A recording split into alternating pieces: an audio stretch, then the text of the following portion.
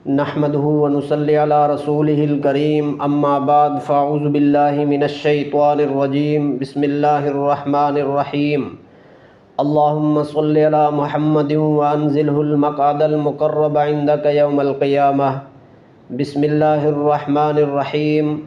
ناظرین کرام و سامعین محترم، آج کی ہماری دعا کا موضوع قلت اور ذلت سے پناہ مانگنے کی دعا ہے۔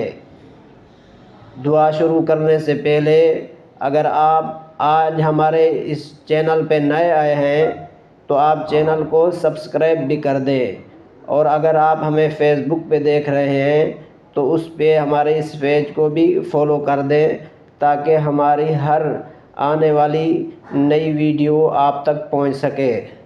تو دعا یہ ہے، بسم اللہ الرحمن الرحیم۔ اللہم انی اعوذ بک من الفقر والقلۃ والذلۃ واعوذ بک من ان اظلم او اظلم۔ ترجمہ اس دعا کا یہ ہے، اے اللہ، بے شک میں فقر و قلت اور ذلت سے آپ کی پناہ چاہتا ہوں، اور اس بات سے بھی آپ کی پناہ چاہتا ہوں کہ میں کسی پر ظلم کروں یا مجھ پر ظلم کیا جائے۔ تو ناظرین محترم، محتاجگی یعنی قلت سے مراد دل کی بھی محتاجگی ہے، یعنی دل مال و زر جمع کرنے کا حریص ہو، یا اس سے مراد مال کی محتاجگی افلاس ہے کہ اس کی وجہ سے صبر کا دامن ہاتھ سے چھوٹ جائے۔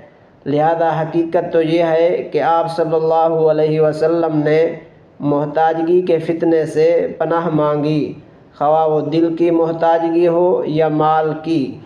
تو ناظرین کرام، آپ اپنی دوسری دعاؤں کے ساتھ اس دعا کا بھی اہتمام فرمائیں اور اس کو بھی باقاعدہ اپنی دعاؤں میں شامل فرمائیں۔